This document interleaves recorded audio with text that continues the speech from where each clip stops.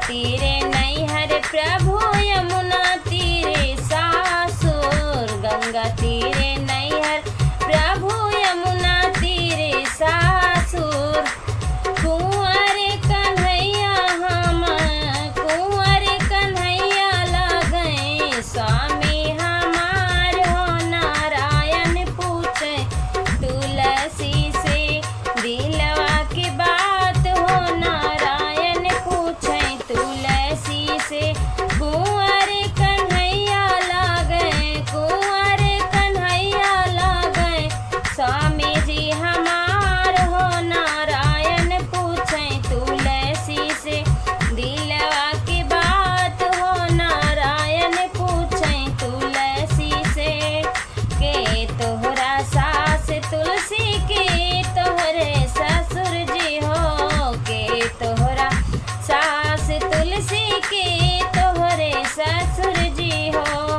के अब लागई तोहरा के अब लागई तोहरा ससुरे में जेठ जी। नारायण पूछे तुलसी से दिलवा की बात हो। नारायण पूछे तुलसी से दिलवा की बात हो। नारायण पूछे तुलसी से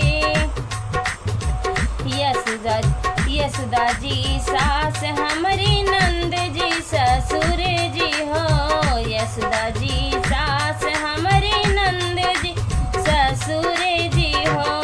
दाऊ जी जेठ लगए दाऊ जी जेठ लगए ससुरे में हमार हो। नारायण पूछे तुलसी से दिलवा की बात हो। नारायण पूछे तुलसी से दिलवा की बात हो। नारायण पूछे तुलसी से के लागे तुलसी तोहर के लावे तुलसी तोहरी चाटी की चुनरिया हो। के लावे तुलसी तोहरी चाटी की चुनरिया हो।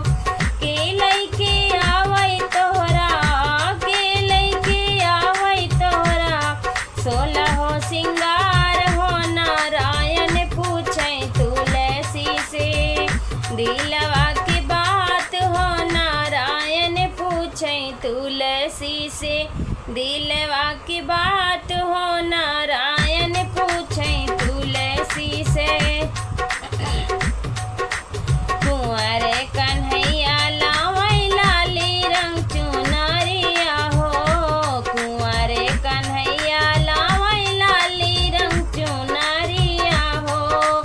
हरि मोरे लावै हमरे हरि मोरे लावै हमरे 16 सिंगार हो। नारायण पूछे तुलसी से दिलवा की बात हो। नारायण पूछे तुलसी से दिलवा की बात हो। नारायण पूछे तुलसी से के कराई